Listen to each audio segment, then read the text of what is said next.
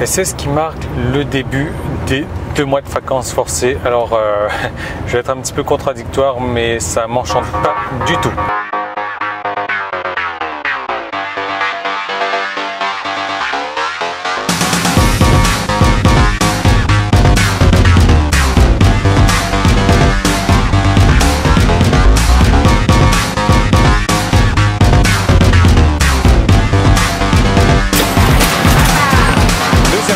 Le bus, alors je ne sais pas pourquoi on prend le bus, on a pris le taxi, ensuite on prend le bus, on reprendra notre taxi après, je ne sais pas du tout pourquoi, ma femme m'a dit c'est comme ça, bon j'ai pas envie de réfléchir, moi je suis la cadence. Alors pourquoi est-ce que j'aime pas trop ce genre de vacances forcées? Alors, je vais vous en donner plus sur mon programme tout à l'heure, mais tout simplement parce que voilà, je suis habitué à un rythme particulier, je suis habitué à faire du sport tous les jours, je suis habitué à travailler à un jour donné, etc. Et quand c'est des vacances comme ça, ça se passe jamais comme on a l'habitude de faire. Donc c'est chouette, ça change les habitudes, mais bon, c'est pas forcément le mieux pour moi.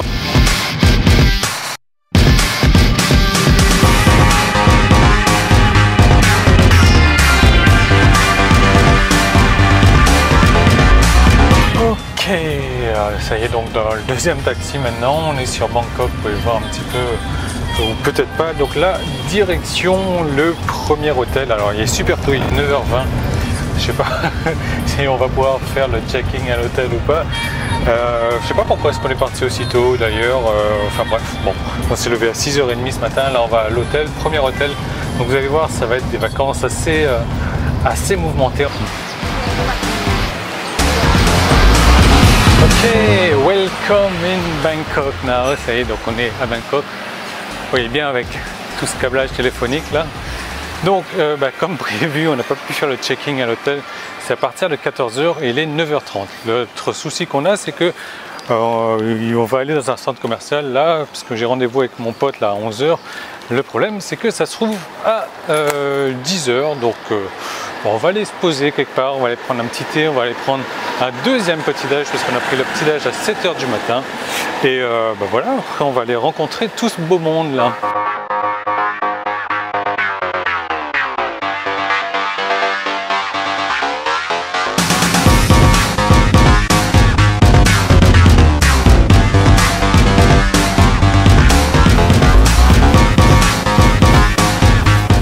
J'aime beaucoup ce centre commercial là, je suis pas venu souvent, 2 fois je crois, c'est la 3e fois aujourd'hui.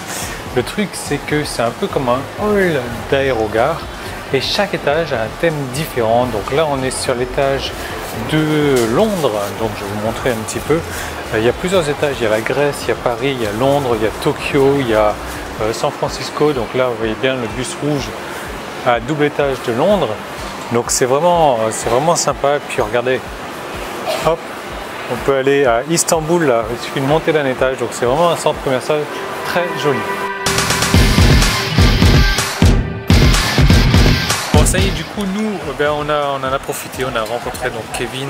Je ne sais pas si vous vous rappelez de Kevin, on avait fait une vidéo au mois d'avril ou de mai, donc j'étais en vacances avec lui encore une fois. Et là on a bouffé, on est au café, moi au thé comme d'habitude. Et donc ce qu'on va faire, c'est qu'on va faire un point. Rappelez-vous, Kevin nous disait au mois de mai, enfin voilà, c'est au mois de mai, il y a 6 mois à peu près, qu'il va se lancer dans les sites de niche. Il va faire ça donc à outrance un peu, il va en lancer un maximum et voir ce que ça donne au niveau des résultats. Donc on va voir avec toi Kevin ce que ça donne au niveau des résultats. Eh bien, au niveau des résultats, c'est plutôt pas mal encourageant. Donc là, entre juin et septembre, j'avais lancé à peu près 12 sites de niche. 12, d'accord. Donc sites de niche qui sont encore en train d'être référencés, là je suis en plein dedans. Et donc là au niveau des résultats, donc c'est plus les sites de niche que j'ai créés avant. Donc là en totale automatisation, j'ai pratiquement touché à rien ce mois-ci, là en novembre. J'ai dépassé la barre des 3000 € par mois en fait. D'accord, donc et il y a 6 mois, tu étais à combien à peu près?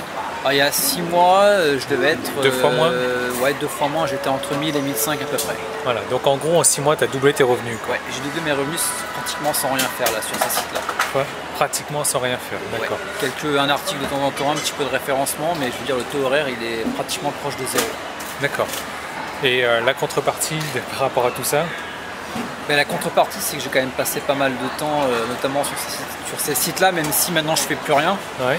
On veut dire que j'ai quand même pas mal bossé dessus auparavant. C'est pas des journées à travailler dessus, mais c'est pas mal de prises de tête, de choses à tester. Voilà, il y a du boulot derrière. Ouais. Et est-ce que tu es prêt à renouveler cette expérience de rebosser encore comme un malade pour doubler tes revenus comme ça pendant 6 mois? Alors je dirais oui et non.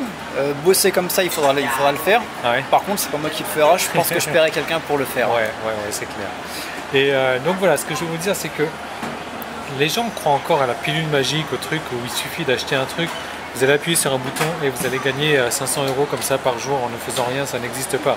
Kevin encore en est la preuve. Il faut bosser, ouais. Il y a du boulot. Il faut trouver un système pour automatiser tout ça après. Tout à fait. Et mais bon, sans boulot, il n'y a rien, quoi. Les systèmes magiques, ça n'existe pas. J'aimerais bien. J'aimerais bien, tout le monde aimerait bien, mais ouais. bon, malheureusement, ça n'existe pas. Donc nous, Kevin, on va le retrouver ce soir, on va aller dîner ensemble également. Donc là, on va se séparer tranquillement dans l'après-midi. Il a des trucs à faire, moi aussi j'ai des trucs à faire. De mon côté d'ailleurs, il faut que je fasse mon check-in que j'ai toujours pas fait. Merci Kevin. Alors juste petite question comme ça pour faire encore, je m'amuse à faire un pied de nez là-dessus. Pour toi, est-ce que le blogging est mort en 2015? Est-ce qu'aujourd'hui ton business pourrait tourner sans blog? Non, parce que tout mon business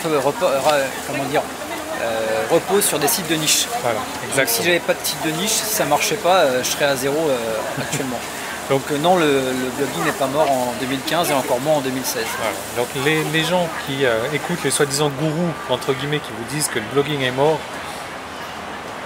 j'ai encore interviewé une personne il y a une semaine de ça, encore une autre preuve, sans blog, il n'arriverait pas à générer le revenu. Donc je ne sais pas, modérez un petit peu ce qu'on vous dit à côté de ça, réfléchissez par vous-même et imaginez une vie sans blog, est-ce que c'est possible ou pas? Voilà, donc merci Kevin, on se voit tout à l'heure. Merci à toi, et puis tout à l'heure pour un bon petit dîner ensemble.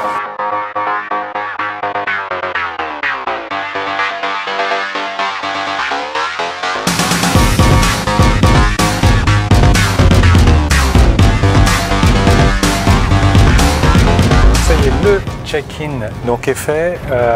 Nous on n'est pas resté longtemps à l'hôtel, 20 minutes, une demi-heure à tout casser.